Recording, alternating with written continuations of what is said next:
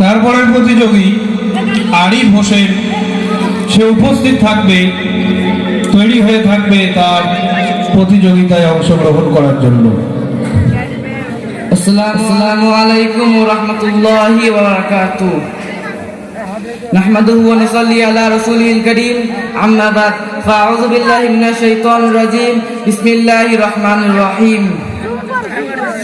ইন্না দীনা ইনদাল্লাহিল ইসলাম ওয়া সাদাকাল্লাহুল আযীম। সম্মানীয় উপস্থিত বিন্দু এবং আমার প্রিয় দিনী ভাইরা, আজ আমি আমাদেরকে ধর্ম সম্পর্কে এবং দিন সম্পর্কে সংক্ষিপ্ত কিছু গুরুত্বপূর্ণ কথাকে আমি তোমাদের স্মরণ করতে চাই। ইসলাম কোনো ব্যক্তিগত মতবাদ নয়, বরং এটি হলো আল্লাহ তাআলার প্রদত্ত পূর্ণাঙ্গ জীবন ব্যবস্থা। মানুষের ইবাদত, আকীদা, চরিত্র সব ক্ষেত্রে ইসলাম সুষ্ঠু দিক নিয়ে নির্দেশনা দিয়েছেন। আজকে সমাজের মধ্যে দিনে অবহেলা বেড়েছে, তাই ইসলামের মৌলিক শিক্ষা স্মরণ করা আমাদের পক্ষে অত্যন্ত জরুরি। ইসলাম কি, ইসলাম মানে কি, কোন মুসলমান ব্যক্তি এসে তা জানে না যে ইসলাম কি, ইসলাম মানে কি, ইসলাম পর থাকলে কি হয় তারা কেউ জানে না। আল্লাহ রাব্বুল আলামিন কোরআন কারীমের মধ্যে বলেছেন, ইন্না দীনা ইনদাল্লাহিল ইসলাম। এই আয়াতের মধ্যে আল্লাহ রাব্বুল আলামিন বলেছেন যে নিশ্চয় আমার গ্রহণযোগ্য এবং সত্য ধর্ম হলো ইসলাম। এই আয়াতে এটা প্রমাণ করা যায় যে আল্লাহ তাআলার কাছে গ্রহণযোগ্য এবং সত্য ধর্ম হলো ইসলাম।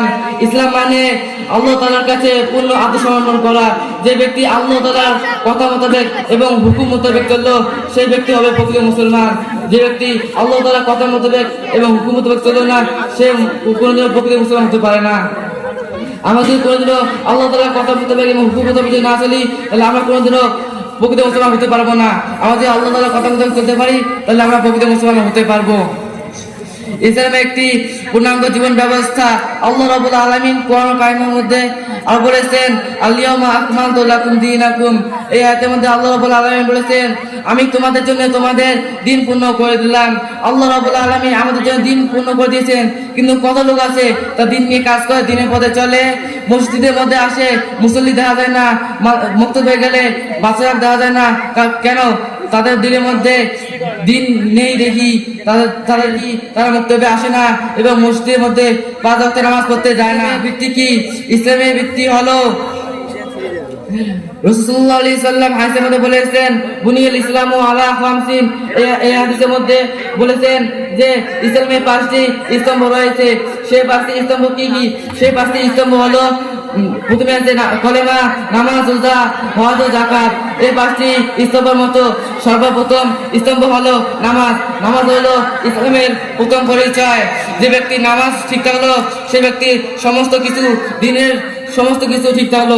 যে ব্যক্তি নামাজ ঠিক থাকলো না, সে ব্যক্তি সমস্ত কিছু বেতা হয়ে যাবে, হতে পারবে না। আমাদের যদি 5 ওয়াক্ত নামাজ যদি আমরা সহি না হয়, আমাদের 5 ওয়াক্ত নামাজ সহি পড়তে না পারি, তাহলে বর্তমান সমাজের মধ্যে ইসলামের অবহেলা। আল্লাহ রাব্বুল আলামিন কোরআনে বলেছেন, ওয়ামান আ'রাদা আন যিকরি ফাইন্না লাহু মাঈশাতান দানকা। এই আয়াতে আল্লাহ রাব্বুল আলামিন বলেছেন যে আমার দিক থেকে মুখ ফিরে এলো এবং স্মরণ থেকে আমার মুখ ফিরে এলো, সে ব্যক্তির জীবন হবে সংকীর্ণ। আমাদের আল্লাহর দিক থেকে যদি মুখ ফিরে নেই, তাহলে আমাদের জীবন সংকীর্ণ হবে, অল্প কিছু জন্য হবে। আমরা যদি আল্লাহ তাআলার মসজিদে যদি আমরা 5 ওয়াক্ত নামাজ পড়তে আসি, তো আল্লাহ রাব্বুল আলামিন আমাদের উপরে খুশি হবেন এবং আমাদেরকে বিনাশে জান্নাত দিয়ে দেবেন। আমরা যদি আল্লাহকে যদি আমল না করতে পারি, তাহলে আল্লাহ রাব্বুল আলামিন আমাদের উপরে গজব নাযিল করে দেবেন। আল্লাহ রাব্বুল আলামিন কোরআন কারীমের মধ্যে আবার বলেছেন, ফাস্তাকিম কামা উমির। ধন্যবাদ শাহিনুল হককে। এর পরের প্রতিযোগী